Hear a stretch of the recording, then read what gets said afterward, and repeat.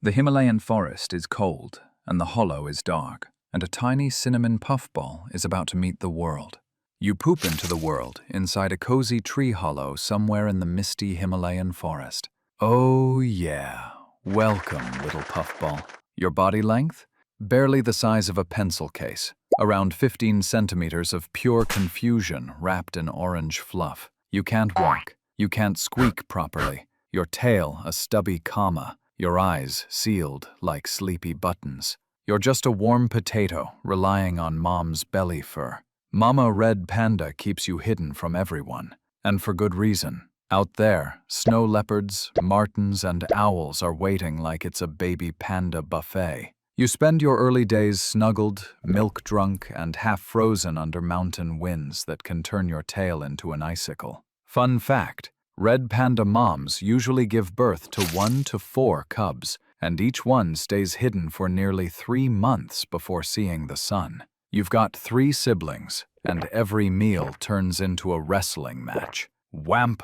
One rolls over your head, another steals your spot under mom's fur. Mama's milk is warm, but the competition is brutal. If there were an Olympic sport for crawling chaos, you'd all be gold medalists. The smallest sibling always gets pushed away. That's the law of the jungle fridge. The mountain doesn't feed the weak, and by the end of the first few weeks, oh no, one of your siblings stops moving. The forest is quiet, except for Mama's gentle sniff. Survival lesson number 1. Being cute doesn't save you here. At around 90 days, your eyes finally open, and wow, blurry trees, bright light, and a whole new world. You try walking, and immediately roll down the hollow like a cinnamon ball. Oops. Mum catches you by the scruff. Again. She's patient, but the forest isn't. Owls above, snakes below, and one wrong step can make you lunch. You start practicing climbing, grabbing tiny branches with your soft paws. Sometimes you just hang there upside down like, little help please? Fun fact, red pandas are amazing climbers. Their ankles rotate nearly 180 degrees, letting them descend trees head first. Cool, right? Unless you fall face first, which happens a lot. Weeks spin forward. You've grown your fluffy red coat and that long ringed tail that looks like a fancy scarf. You've made it to teenage life. Yeah! Congratulations, survivor. Wear your gold medal. Welcome to teenage life, where everything is dramatic and edible. You start exploring alone, climbing higher and higher, pretending you're king of the bamboo jungle. But reality hits fast. You realize your diet is bamboo, and only bamboo. Imagine eating leaves for breakfast, lunch, dinner, and still feeling hungry. Fun fact, even though they're called pandas, red pandas aren't bears. They're closer to raccoons and skunks. Basically, adorable stink machines. You now spend most of your day munching, and still munching. Up to 20,000 bamboo leaves a day. Yet bamboo gives almost no energy. You move like a sleepy sloth with low battery. Sometimes you nap on tree branches, tail wrapped around your face like a winter blanket. Oh, so cozy. Wait, did that branch just crack? Whomp, you fall again. The forest laughs. You've also learned to mark your territory with P. Classy move, right? But hey, that's how red pandas say, this branch is mine. Fun fact, red pandas have a false thumb, an enlarged wrist bone to pinch bamboo like quiet little chopsticks. You scent mark the branch because romance begins with, this is mine, and continues with, please notice me. One morning, you meet your siblings again. The reunion is short-lived. While playing, you hear a rustle. A Himalayan marten's yellow body flashes from the bushes. Whomp, one sibling vanishes into leaves. You and the others climb higher, shaking in fear. Days later, your sister slips on wet moss and falls straight into a leopard's jaws. Oh no! Another gone! The mountains are merciless. By the time winter arrives, it's just you and one brother left.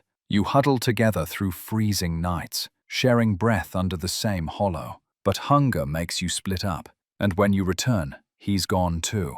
You sniff the ground. Paw prints. blood, silence. You are the one who remains. Fun fact, red pandas face up to 70% infant mortality in the wild, nature's version of hard mode. Now the forest feels too big, too empty. You wander the misty ridges, tail dragging, eyes tired. You sleep through the day to save energy, not laziness, just survival. At night, the wind whistles like lost souls, and you keep checking shadows. Still, you push on, because that's what red pandas do, survive quietly. When the moon rises, your orange coat glows against the snow. You look like a tiny flame refusing to die. Yeah, buddy, still alive. But deep down, loneliness hits harder than the cold. Step by careful step, you write your name on bark with claw marks that say, "Still here." Then comes the romantic season. You follow a strange scent in the air, female pheromones. You finally find another red panda. You try your best, tail fluff out, nose sniffing, showing off your slow-motion bamboo-eating skills. Smooth. But love isn't easy up here. The other panda sniffs you, snorts, and climbs away. Womp. Rejected. Again.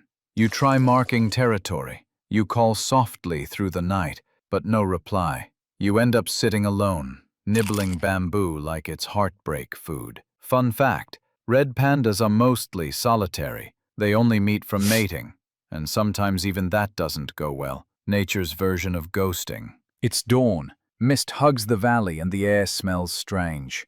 You climb down to drink from a stream, your reflection trembling in the water. You look tired, thinner, but still beautiful. A fluffy flame in a cold world. Then, a sound, a soft crunch behind you. You freeze. Oh no, not now. Out of the fog, a snow leopard appears. Quiet, elegant, deadly. Your eyes meet. For a moment, everything stops. Then, whamp! Teeth, pain, silence. The red panda's story ends under the same trees it was born beneath. The forest returns to calm. The mist hides everything again. But your story doesn't vanish. Somewhere, another red panda is being born. Another tiny puffball ready to fight the same cold, the same hunger, the same fate. That's the circle of this quiet mountain life.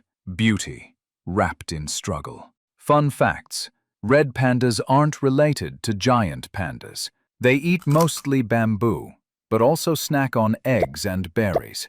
Their false thumb helps them grip branches like little climbers. They sleep up to 17 hours a day just to conserve energy. So yeah, being a red panda might look adorable on postcards, but up here in the real world, it's a life of ice, fear, and heartbreak. A cute curse in fur form. So next time you see that fluffy red panda picture online, remember, behind those round eyes is a survivor, one that cried, climbed, and fought for every single breath. Rest in peace, little cinnamon soul. And if you think your life sucks, try surviving the Himalayas on a bamboo diet. Whamp.